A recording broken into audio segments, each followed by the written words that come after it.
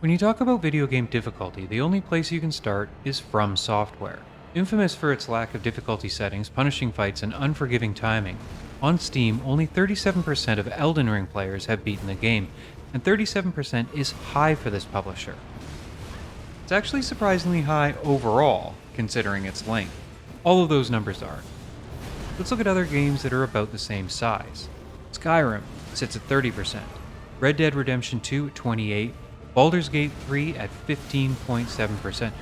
While we're here, the Fallout New Vegas figures are pretty shocking too. Here are the numbers for the particular endings, again on Steam for consistency. Now, obviously you can't just use completion rates to judge difficulty. Generally, the type of people who are drawn to From Software games are the kind of people who will tough it out.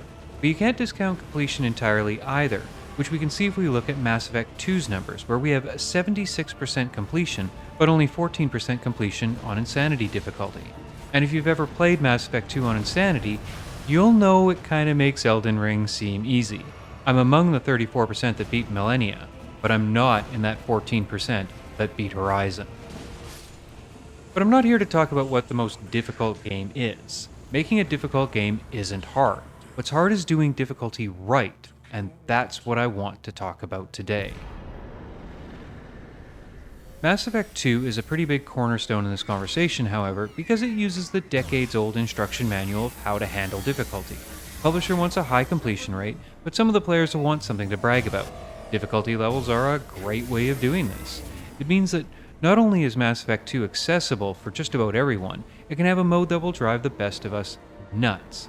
They've also locked character progression to missions instead of actions, so you can choreograph that character progression. You cannot grind to beat the next level. You'll beat it, or you won't. Mass Effect 2 hides that it's not much different than the old Sonic or Mario games, a series of zones, but with an exploration mechanic bolted on to give it all some context. It was simple, and it worked.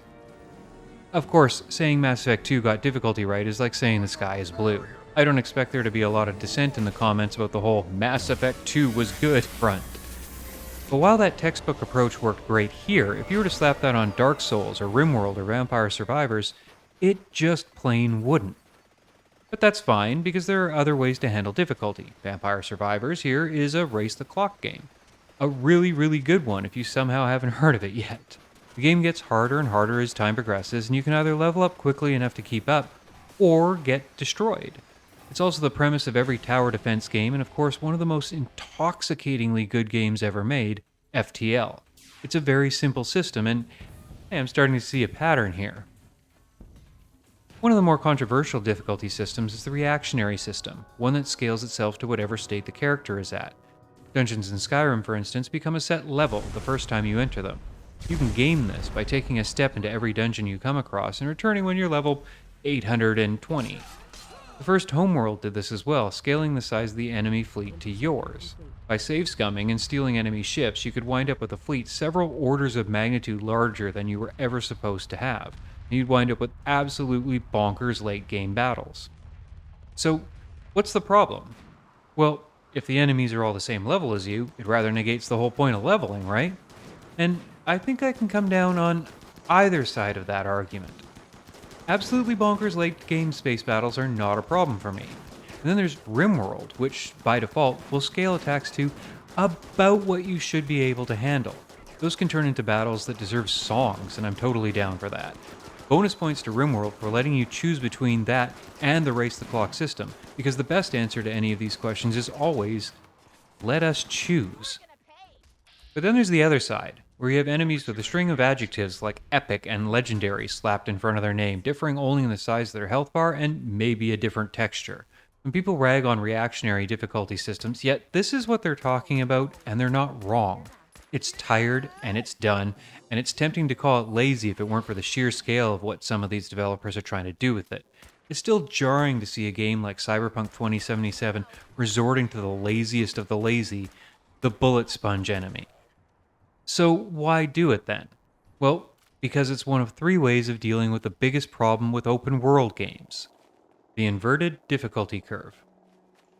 So if you're making a Fallout 4 and you want a high completion rate, you'll have to design the game so the person who wants to just burn through it without looking at any of the scenery can do just that. And sure enough, the baseline story missions will leave you in a position to beat the game. Of course, if you explore every nook and cranny, do every mission in the game, a survival playthrough is going to leave you north of level 100. And that starts to look like, Nice. and that creates an inverted difficulty curve. Fallout 4 Oh man. Survival starts excellent. You have to be deliberate with every move you make, be stealthy in the open map, until about level 25.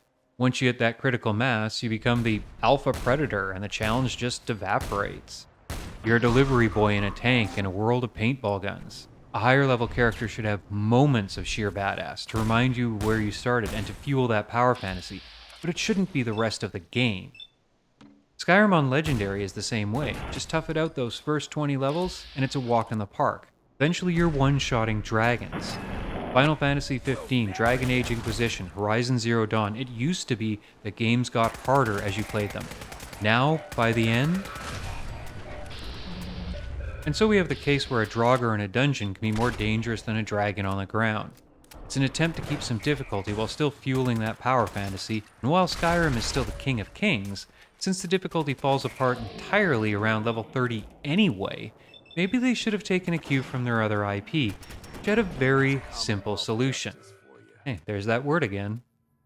A level cap seems like a very caveman use rock answer to the question of power creep, but it's hard to argue that it worked.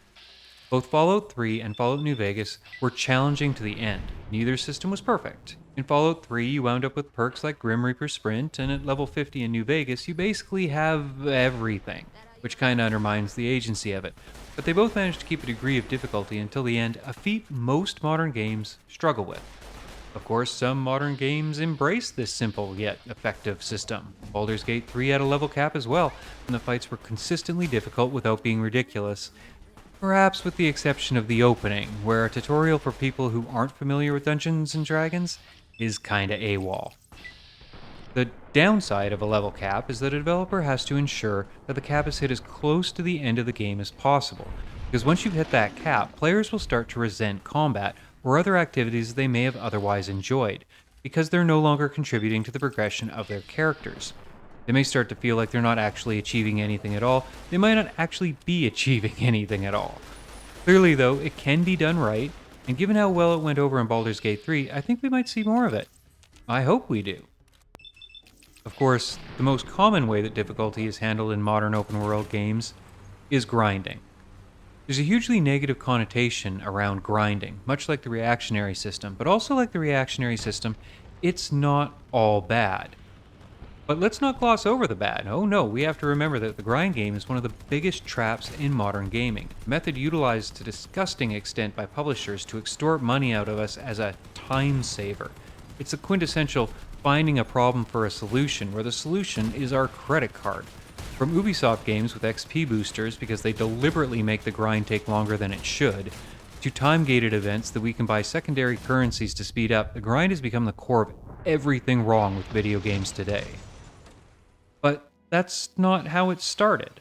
When these games first came out, they were the Final Fantasies and their contemporaries. We grind in these games because they were actually fun, or at least they were designed to be. Sometimes having to grind a bit helped the pacing, or made that big boss fight a bit more rewarding. In a time before the microtransaction, when they made their games grindy, it was because they thought it made the game better. And it usually did. Grind wasn't always a bad thing. But grind serves another function altogether. If you have a grind game, you really don't need difficulty levels. By scaling experience that you dole out, you can effectively keep a player at the bare minimum to beat that hard boss. If you want a player to have to be level 20 to take down the mecha claptrap, you just have to place 10 regular claptraps in the way of the player before they get to it. If the player still struggles with the boss, they can just go back and knock down a couple more claptraps. But if the designers have done their job right, the majority of people won't need to do that. This also serves as a mechanism to gate off areas of the game for later, without actually putting up any walls. The area north of Goodsprings in New Vegas is an open road, but for all but the most practice of it, might as well be a 100-yard chasm. And while I wouldn't classify New Vegas as a grind game, as I alluded to before, not all games that utilize grind are actually grindy, or at least, they don't have to be. And so we come full circle. When you talk about difficulty, you begin with, and end with, From Software. because these games get difficulty right, and it's not because they're hard. For instance, in Elden Ring, there's a tactic you can use to easily take down any boss in the game. You simply head to Mohg's palace, kill 5,000 of these pitiful fellas, then it's back to the Halig tree where you and your mimic curb stomp the ever-loving stuffing out of Millennia. Elden Ring was my first From Software game, and at first I didn't get how the difficulty worked. 100 hours later, and one Ronnie married, or whatever the hell actually happened in that ending, I get it. I'm in my second playthrough, and while I unlocked that XP farm I didn't know about until the late game in my first run, I'm avoiding it now because it'll take away the difficulty. You see, Elden Ring is exactly how difficult you want it to be. If what you're doing is too easy, you can hit the harder boss around the corner who's waiting to flatten you. There's not much you'll miss. A lot of the content will keep up with your progress. If you say, rush the Atlas Plateau, it'll just move most of the side quest forward. And when you finally do come across that boss that's just not gonna go down, you can farm a dozen levels and come back. Or, as most people will, you just keep at it until you bring him down. What's important is that you are the judge of whether that enemy is too hard. You decide whether or not to make things easier for yourself. It's simple, it's downright elegant, and it's right. It's easy to conflate simplicity with mediocrity, but in practice, what a good game needs is complex strategies, but elegant, simple systems. I want to have to think about what I'm doing, but I want to know what it is that I'm doing. And that's how you do difficulty right. I plan to do a few more of these, so I will see you then.